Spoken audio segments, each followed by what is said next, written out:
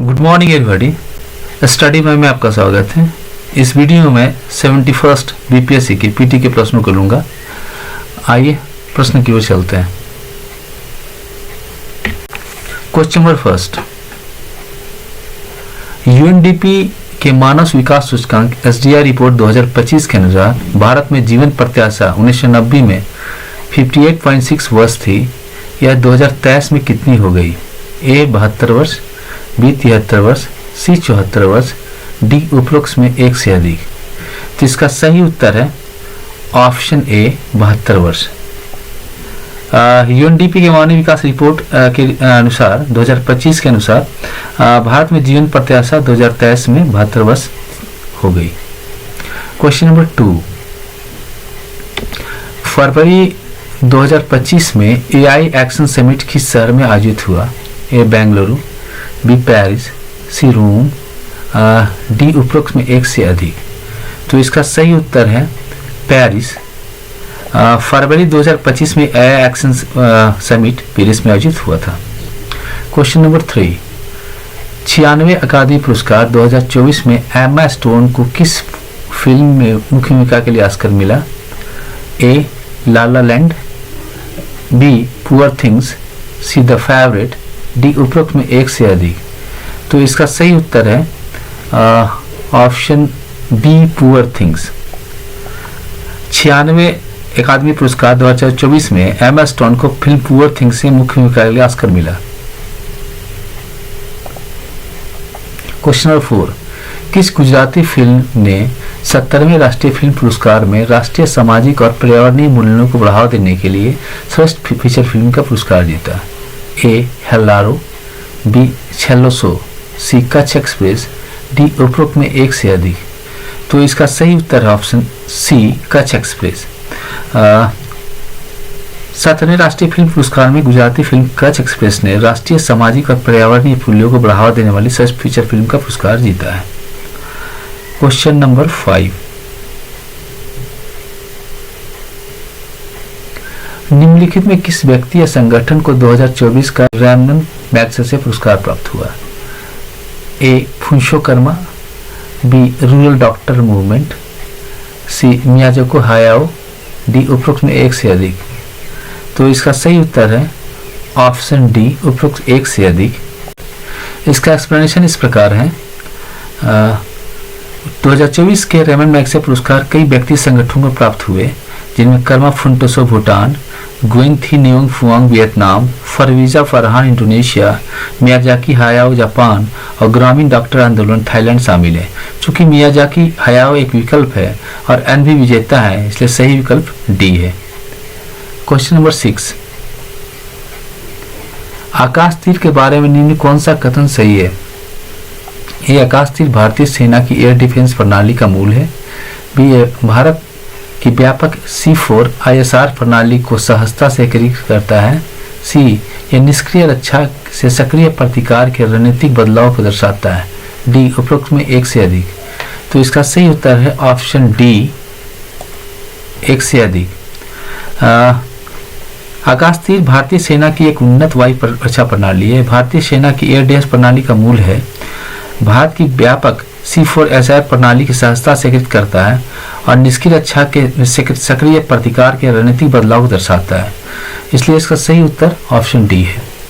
Question number 7, निम्नलिखित कौन से रक्षा प्लेटफॉर्म मेक इन इंडिया तहत भारत की स्वदेशी सैन्य प्रणाली का हिस्सा है?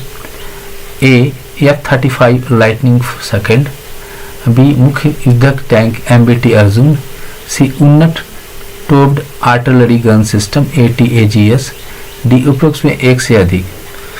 तो इसका सही उत्तर है ऑप्शन डी उपरोक्त एक से अधिक। मेक इन इंडिया के तहत धनुष आर्टिलरी गन सिस्टम और advance towed artillery gun system जैसे कई प्लेटफॉर्म भारत की स्वदेशी सैन्य प्रणाली का हिस्सा है। F-35 लाइटनिंग एक अमेरिकी लड़ाकू विमान है और मेक इन इंडिया के पहल का हिस्सा नहीं है, इसलिए दिए विकल्पों में केवल एक सही नहीं है, अतः सही विकल्प डी है। क्वेश्चन नंबर 8, कौन सा दिन हॉलोकॉस्ट मेमोरियल डे के रूप में जाना जाता है? ए 15 जनवरी, बी 27 जनवरी, सी 10 फरवरी, डी उपरोक्त में एक से अधिक। तो इसका सही उत्तर है ऑप्शन बी 27 जनवरी। हॉलोकॉस्ट मेमोरियल डे हर साल 27 जनवरी को मनाया जाता है। यह दिन ऑश्विट्ज़ बिरकेनो एकाग्रता शिविरों की मुक्ति की तारीख को चिन्हित करता है और हॉलोकॉस्ट के पीड़ितों को याद में समर्पित है। क्वेश्चन नंबर 9, बानू मुश्ताक को किस पुस्तक को 2025 का अंतर्राष्ट्रीय बुकर पुरस्कार मिला? A Light of the Heart, B Heart Lamp, C Soul Lantern, D उपरोक्त में एक से अधिक। तो इसका सही उत्तर है ऑप्शन बी हार्ट लैम्प। बानू मुश्ताक ने में लघु कहानी संग्रह हार्ट लैम्प के लिए 2025 का अंतर्राष्ट्रीय बुकर पुरस्कार जीता है। यह कन्नड़ भाषा की पहली पुस्तक है जिसे प्रतिष्ठित पुरस्कार मिला है। क्वेश्चन नंबर 10, सिंधु जल संधि के अनुसार 3 पूर्वी नदियों भारत को आवंटित की गई है। निम्नलिखित कौन सी उनमें शामिल नहीं है? ए झेलम, बी रावी, सी सतलज, डी उपरोक्त में एक से अधिक। तो इसका सही उत्तर है ऑप्शन ए झेलम। सिंधु जल संधि के अनुसार भारत को आवंटित 3 पूर्वी नदियां रावी सतलज का व्यास है। झेलम एक पश्चिमी नदी है जो भारत को आवंटित नहीं की गई है। क्वेश्चन नंबर 11, यूएनडीपी द्वारा विकसित क्षमता गरीबी माप सीपीएम के बारे में निम्नलिखित कौन सा कथन सही है? ए सीपीएम में स्वास्थ्य और पोषण की कमी प्रतिनिधि के रूप में बाल कुपोषण को शामिल किया गया है। दूसरा, शिक्षा और ज्ञान में अभाव को दर्शाने के लिए महिला निरक्षरता को शामिल किया गया है। तीसरा, यह पुरुष निरक्षरता को क्षमता गरीबी का एक प्रमुख संकेतक मानता है। चौथा, इसमें क्षमता गरीबी के एक महत्वपूर्ण संकेतक के रूप में स्वच्छ पेयजल तक पहुंच की कमी शामिल है। निचले कोड का उपयोग सही उत्तर चुने। ए 1 और 2, बी 1 2 3, सी केवल 1, डी उपरोक्त में एक से अधिक। तो इसका सही उत्तर है ऑप्शन डी उपरोक्त एक से अधिक। इसका एक्सप्लेनेशन इस प्रकार है।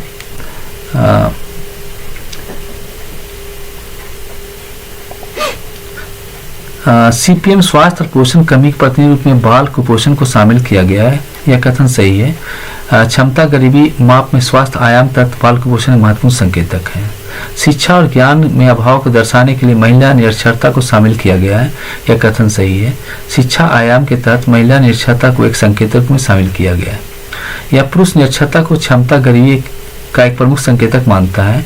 यह कथन गलत है। क्षमता गरीबी माप में महिला निरक्षरता को शामिल किया गया, पुरुष निरक्षरता को नहीं। इसमें क्षमता गरीबी के एक महत्वपूर्ण संकेतक के रूप में स्वच्छ पेयजल तक पहुंच की कमी शामिल है। यह कथन सही है। जीवन स्तर आयाम के तहत स्वच्छ पेयजल तक पहुंच की कमी एक महत्वपूर्ण संकेतक, इसलिए सही कथन 1, 2 और 4 है। सही विकल्प डी है। क्वेश्चन नंबर 12, निम्नलिखित में कौन सी वस्तुएं अप्रैल सितंबर की 2024-25 के दौरान भारत के निर्यात के शीर्ष 10 प्रमुख वस्तुओं में से नहीं है? ए पेट्रोलियम उत्पाद, बी लोहा और इस्पात, सी बासमती चावल, डी उपरोक्त में एक से अधिक। तो इसका सही उत्तर है ऑप्शन सी बासमती चावल। अप्रैल सितंबर 2024-25 के दौरान भारत के निर्यात के शीर्ष 10 प्रमुख वस्तुओं में बासमती चावल शामिल नहीं था। पेट्रोलियम उत्पाद, लोहा और इस्पात जैसी वस्तुओं की अवधि के दौरान शीर्ष निर्यात में वस्तुओं में है। क्वेश्चन नंबर 13, भारत वन स्थिति रिपोर्ट 2023 ISFR 2023 के अनुसार ए देश का कुल वन और वृक्ष आवरण देश के भौगोलिक क्षेत्र का 15% है। बी सबसे बड़े दर्ज वन क्षेत्र IRFF वाले शीर्ष 3 राज्य झारखंड, अंडमान और निकोबार और मणिपुर हैं। सी सबसे अधिक वृक्षारोपण महाराष्ट्र राज्य में पाया गया और इससे बाद राजस्थान और उत्तर प्रदेश स्थान है। उपरोक्त में एक से अधिक है। तो इसका सही उत्तर है ऑप्शन डी एक से अधिक। इसका स्पष्टीकरण इस प्रकार है। भारत वन स्थिति रिपोर्ट 2023 ISFR 2023 के अनुसार देश का कुल वन और वृक्ष आवरण देश के भौगोलिक क्षेत्र का 25.17% है, न कि 15%। इसलिए कथन गलत है।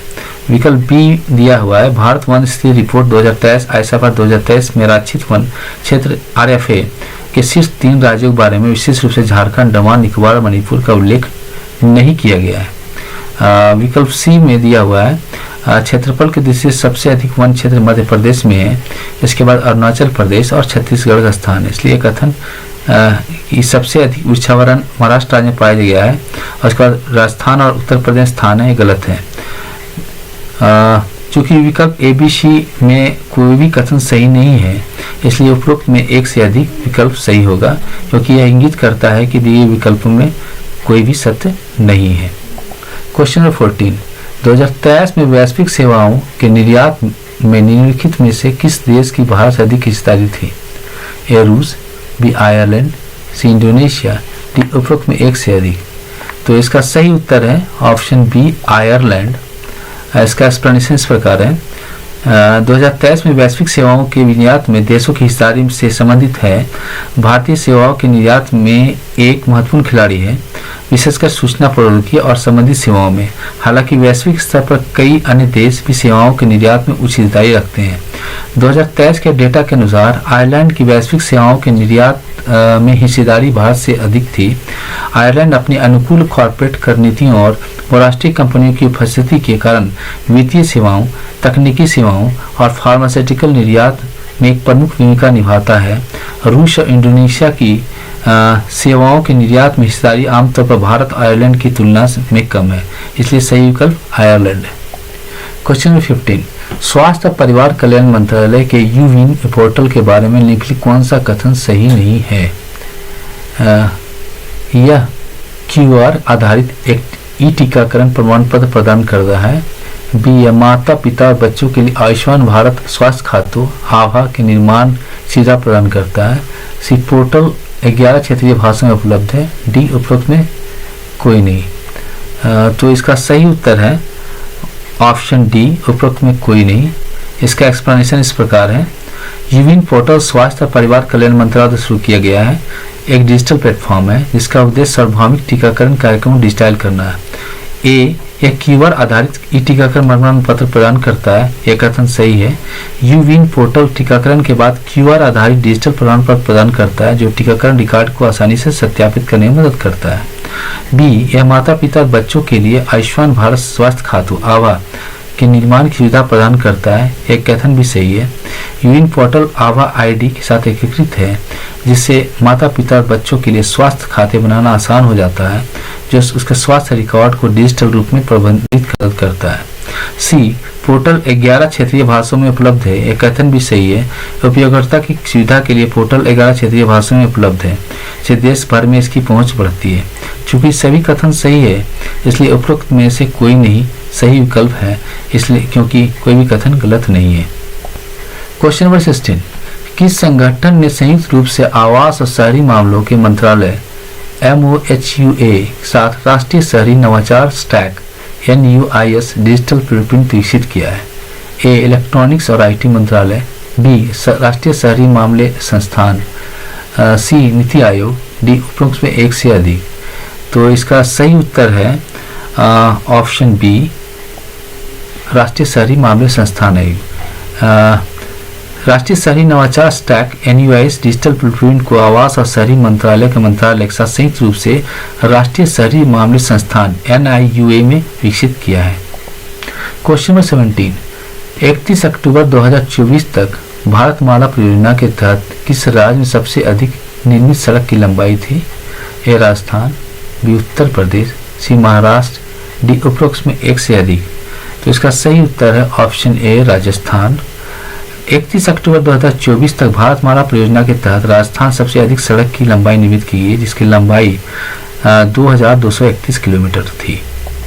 क्वेश्चन नंबर 18, किसान ऋण पोर्टल KRP के शुभारंभ से पहले किसान ब्याज अनुदान और शीघ्र पुनर्भुगतान प्रोत्साहन योजना के तहत मैनुअल दावे निम्नलिखित में किस संस्थान को प्रस्तुत करते थे?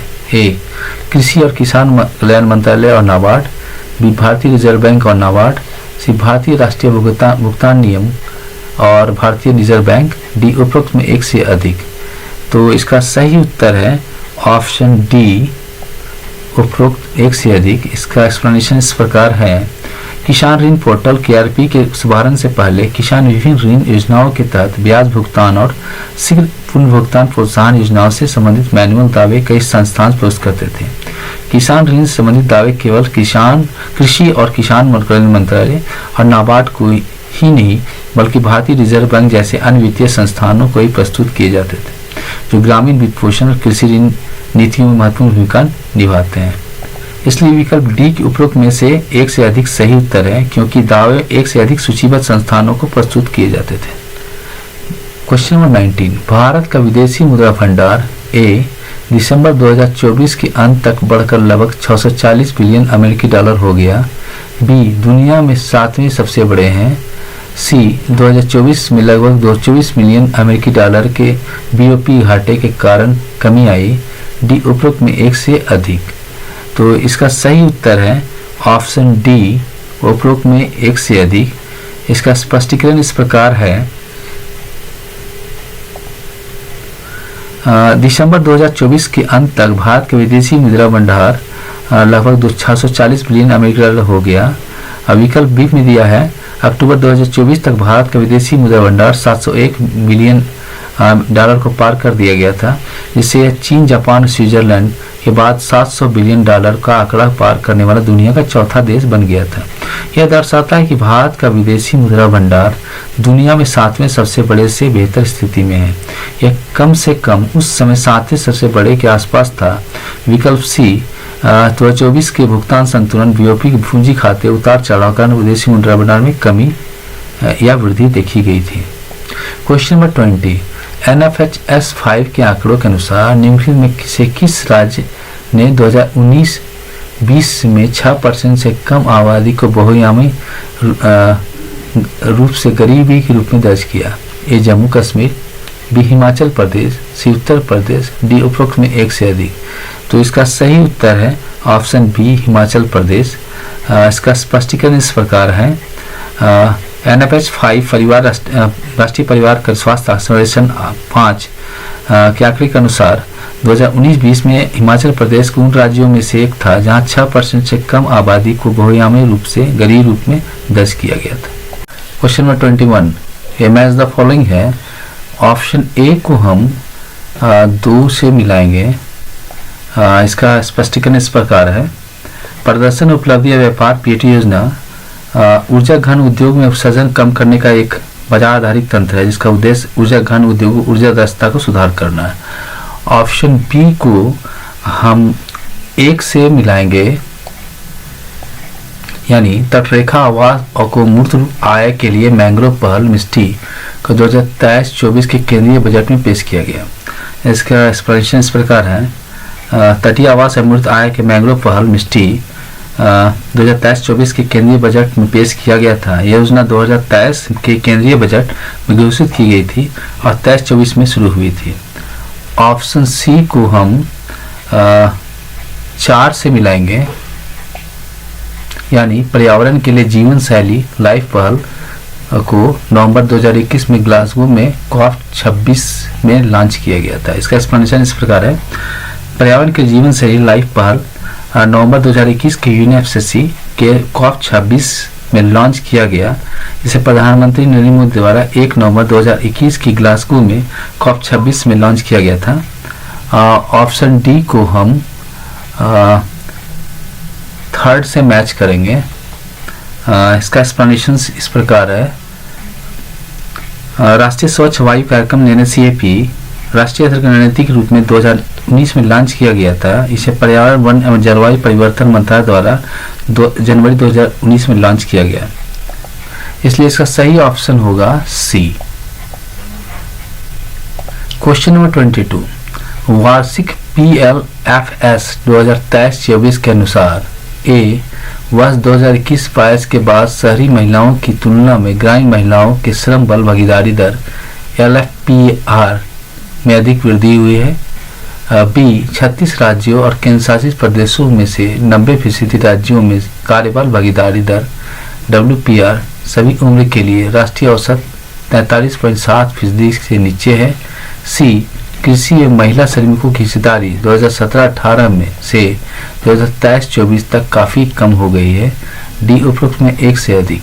तो इसका सही उत्तर है ऑप्शन ए। 2021-22 के बाद से शहरी महिलाओं की तुलना में ग्रामीण महिलाओं श्रम बल भागीदारी का दर LFPR अधिक वृद्धि। इसका एक्सप्लेनेशन इस प्रकार है। हालांकि सीधे तौर पे PLFS 2023-24 रिपोर्ट बारे में जानकारी नहीं मिली, लेकिन श्रम बल भागीदारी पर उपलब्ध जानकारी और रुझानों के अनुसार हाल के वर्षों में ग्रामीण महिलाओं की श्रम बल भागीदारी दर में वृद्धि देखी गई। क्वेश्चन नंबर 23, निम्नलिखित क्या विज्ञान प्रौद्योगिकी और नवाचार नीति 2020 का परिणाम नहीं था? ऑप्शन ए, एक राष्ट्र एक सदस्यता। बी, अनुसंधान और नवाचार उत्कृष्टता फ्रेमवर्क II।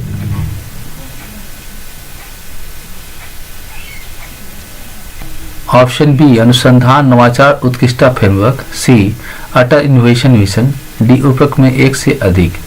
तो इसका सही उत्तर है ऑप्शन सी, अटल इनोवेशन मिशन। इसका स्पष्टीकरण इस प्रकार है। अटल इनोवेशन मिशन AIM भारत सरकार की एक पहल है जिसे 2016 में नीति आयोग द्वारा नवाचार और उद्यमिता को बढ़ावा देने के लिए स्थापित किया गया था। विज्ञान प्रौद्योगिकी और नवाचार नीति STIP 2020 का उद्देश्य अनुसंधान, नवाचार और सहयोग के माध्यम से सतत विकास और आर्थिक वृद्धि उन्मुख परिस्थिति तंत्र का निर्माण करना था, लेकिन यह अटल इनोवेशन मिशन का परिणाम नहीं था, बल्कि AIM इससे पहले की एक पहल थी। एक राष्ट्र एक सहायता और अनुसंधान नवाचार उत्कृष्टता फ्रेमवर्क IREF विज्ञान प्रौद्योगिकी और नवाचार नीति 2020 से संबंधित है। अवधारणा या परिणाम हो सकते हैं, इसलिए इसका सही उत्तर ऑप्शन सी है। क्वेश्चन नंबर 24, देश के सकल मूल्य वर्धित GVA में सूक्ष्म, लघु और मध्यम उद्यमों की हिस्सेदारी 2020-21 में से बढ़कर 2022-23 में हो गई। ए 30.30%, 35.6%। बी 27.3% से 30.1%। सी 35.1% से 38.2%। डी उपरोक्त में एक से अधिक। तो इसका सही उत्तर है ऑप्शन बी, 27.3% से 30.1%। इसका स्पष्टीकरण इस प्रकार है। भारत के सूक्ष्म, लघु और मध्यम उद्यम MSME क्षेत्र का देश में सकल मूल्यवर्धित GVA के योगदान 2020-21 में 27.3% से बढ़कर 2022-23 में 30.1% हो गया। क्वेश्चन नंबर 25, भारतीय सीमेंट उद्योग के संबंध में निम्नलिखित कौन सा कथन सही है? ए ऑप्शन फर्स्ट, भारत का लगभग 87% सीमेंट उद्योग राजस्थान, आंध्र प्रदेश और मध्य प्रदेश जैसे कुछ प्रमुख राज्यों में केंद्रित है। दूसरा, भारत दुनिया में सीमेंट का सबसे बड़ा उत्पादक है। तीसरा, भारत में अधिकांश सीमेंट संयंत्र कच्चे माल के स्रोतों से दूर और निर्यात का समर्थन करने के लिए बंदरगाहों पर स्थित है। नीचे दिए कोड का उपयोग करके सही उत्तर चुनें। Option A first, option B 2, option C 1 और 3, ऑप्शन डी उपरोक्त में एक से अधिक। तो इसका सही उत्तर है ऑप्शन बी 2। इसका स्पष्टीकरण इस प्रकार है। भारत दुनिया में सीमेंट का सबसे बड़ा उत्पादक है, यह कथन सही है। भारत का लगभग 87% सीमेंट उद्योग राजस्थान, आंध्र प्रदेश और मध्य प्रदेश जैसे कुछ प्रमुख राज्यों में केंद्रित है, यह कथन गलत है। भारत में अधिकांश सीमेंट संयंत्र कच्चे माल के स्रोत से दूर और नीति का समर्थन करने के लिए बंदरगाह पर स्थित है, यह कथन गलत है। आपको ये वीडियो कैसा लगा अपने कमेंट जरूर दें। अगर वीडियो अच्छा लगा तो लाइक, शेयर और सब्सक्राइब जरूर करें। ये BPSC PT मैंने कई पार्टों में बनाया है। ये पहला पार्ट है, आगे का पार्ट भी आएगा। इसे जरूर देखें। धन्यवाद।